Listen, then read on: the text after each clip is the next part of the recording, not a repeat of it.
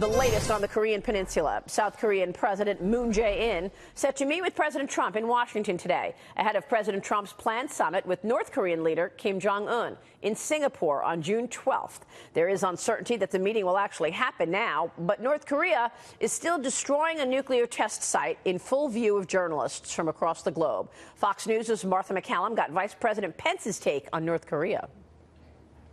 What the president's made clear is that we need complete and verifiable and irreversible denuclearization. And there's opportunities and benefits for North Korea once we reach that point of no return. It all begins with North Korea committing to complete denuclearization, taking concrete steps to achieve that. Joining me right now is Fox News senior strategic analyst, retired General Jack Keane. General, good to see you, sir. Thanks so much for joining us. Yeah, good morning, Maria. So your thoughts on all of this in terms of what we're seeing and hearing from Vice President Pence?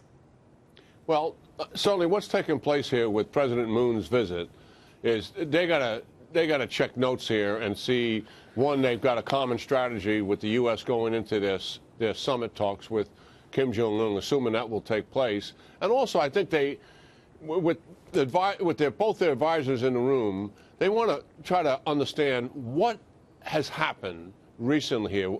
Here you had Kim Jong-un racing towards an increased level of diplomacy that we have never, ever seen before, heading towards a summit with the President of the United States and proclaiming that he's going to denuclearize. And then all of a sudden, he puts the brakes on. Our president believes it came as a result of the second visit, most recently, to China.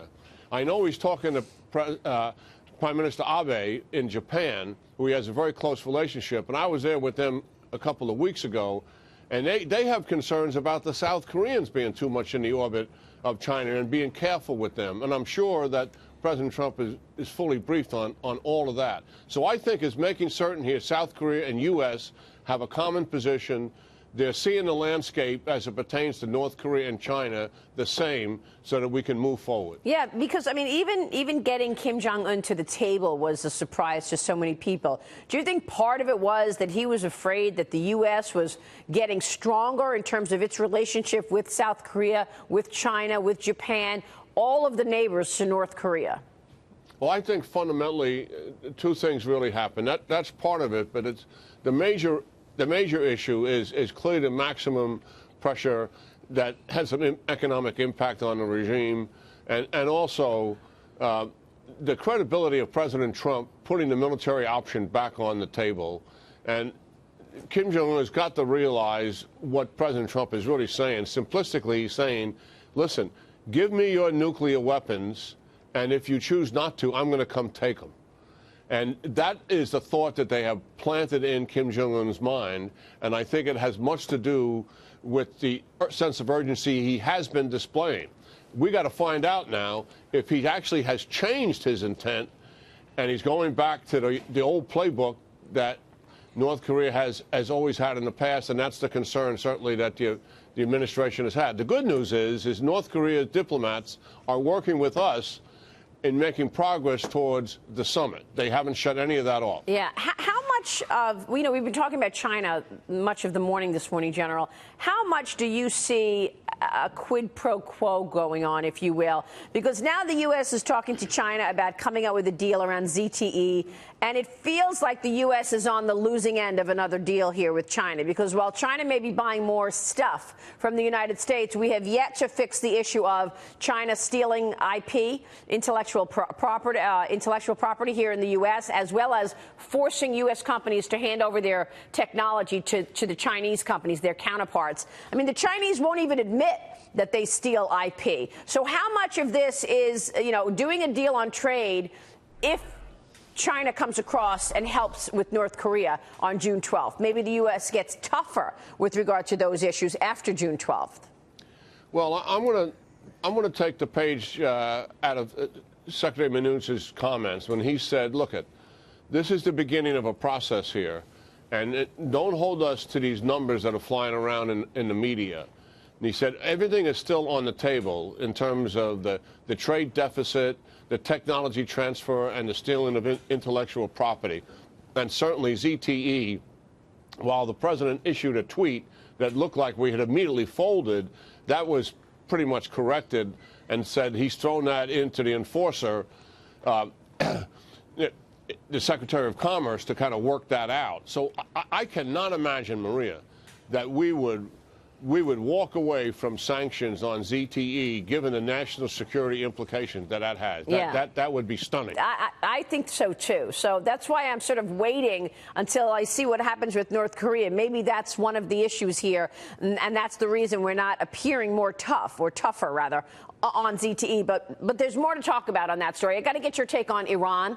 Secretary of State Mike Pompeo saying that the U.S. is prepared to impose strong sanctions there on Iran unless the Islamic Republic responds positively to the list of foreign policy agenda demands. Now, I sat down with Republican Texas Congressman Matt Thornberry on Sunday Morning Futures. Here's what he said about Iran. We see Iran being more aggressive in all sorts of fronts, including against Israel. And so we need a broad coalition to push back against Iran. A key component of that is military strength, but diplomacy and economic sanctions have to be part of it, too. Your thoughts, General? Yeah, I thought Secretary Pompeo's speech, by the way, I agree with everything Max Thornberry said there. The fact is that speech outlaid a comprehensive, coherent strategy that, believe me, it takes the gloves off. It's no holds barred against Iran. The Obama administration appeasement policy for 8 years is finally dead in the water. We have a policy now that's going to push back on Iran. It's comparable to what the administration did with North Korea over a year ago. And yes, as Marv Thornberry points out, right, and I've been advertising for some time, we need an Arab-like NATO in the Middle East to counter the Iranians' adventurism. And then there's Gina Haspel. President Trump touted the new CIA director. Gina Haspel's 30-plus years at the agency, the skill and devotion, how she served in her tenure during Haspel's swearing-in ceremony yesterday. What do you anticipate from the new CIA director? What are your thoughts on the fact that some people say, look, she's a protege of John Brennan, and John Brennan has been out trashing the president now for a year? Well, there are a number of CIA directors that have helped Gina Haspel with her career for one reason only, because she's so incredibly confident and so well respected inside the organization, Brennan just being one of them. She has all living former CIA directors supporting her. I think she's totally different than Director Brennan in the fact that she's incredibly apolitical. And I think that her relationship in the administration and the respect that she has, particularly with the national security team, with John Bolton, obviously Mike Pompeo, the Secretary of Treasury, and that whole national intelligence community, she is going to fit like a hand in a glove. And what she will do for that organization. When you listen to that thing yesterday, I was so heartened. She invited me to come because I was helping her, try to get confirmed, but I had to go to New York.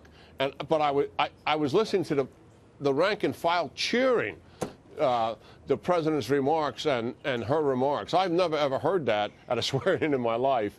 So she is really going to be added value to this administration. That is terrific. General, it's always a pleasure to see you. Thanks so much. Yeah, good talking to you, Maria. We'll see you soon. General Jack Keane joining us.